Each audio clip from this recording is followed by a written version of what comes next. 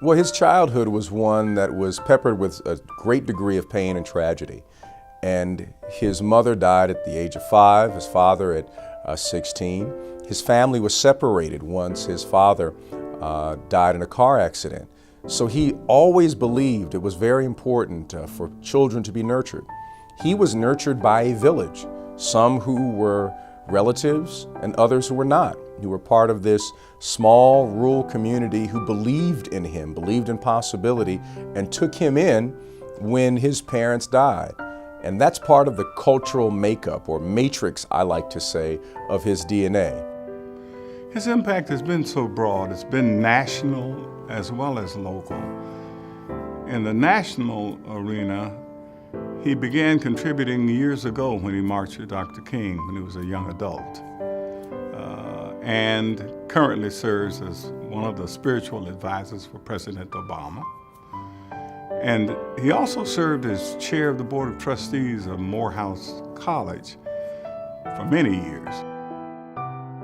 Oh, the 3 words that I would use to describe Reverend Moss are humble, spiritual, and powerful. And people don't usually think of powerful and humble in the same sentence, but he is one of those rare individuals that has a great power of personality and a very humble package.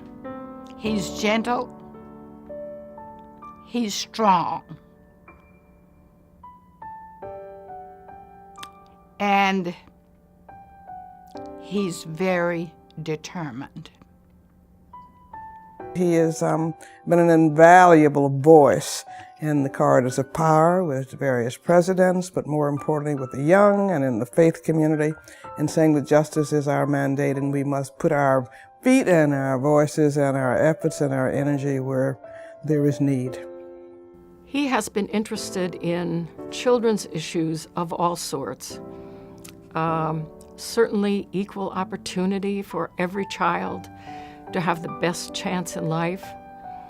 I know that he has been particularly interested in health disparities in children. He has sort of helped to destigmatize challenges that children have, whether it be developmental, mental, or physical challenges. He's just been a great voice for children. And just recently, I watched a YouTube video of Otis and his son in Atlanta talking about feeding our children and saving our children. And the message really was, every child needs at least one caring person in their lives. And so talking to many people about being that person.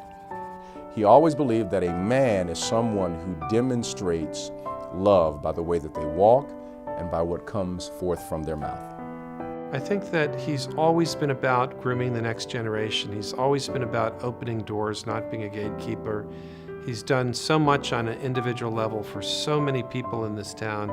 No one was more powerful a voice than Reverend Moss in terms of his advocacy for Cleveland's poor neighborhoods. He has taught me more humility, stronger faith in God, and the value of being loving and kind to all people. He is a marathoner. I often quote Bertolt Brecht, the German playwright, who talked about people who are good for a day, and that's good. There are some who are good for a year, and that's better. Then there are those who are good for a lifetime, and they're the indispensable ones. And I think he has been an indispensable witness for God, tolerant of all faiths, but an indispensable warrior for justice, and an indispensable warrior for treatment for children, fair treatment for children. And that is a rare combination, and I'm just so glad that I was in his orbit. Whoever thought, I certainly never did, that I would be on the same podium, if you will, with such a great man.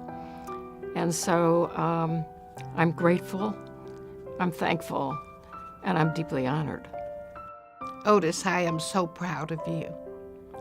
Over the years, you've been such a great father, husband, friend, and you've always stood tall with great integrity and I have so much respect for you and just love you. You're a wonderful, wonderful human being. Thank you for being the person you are.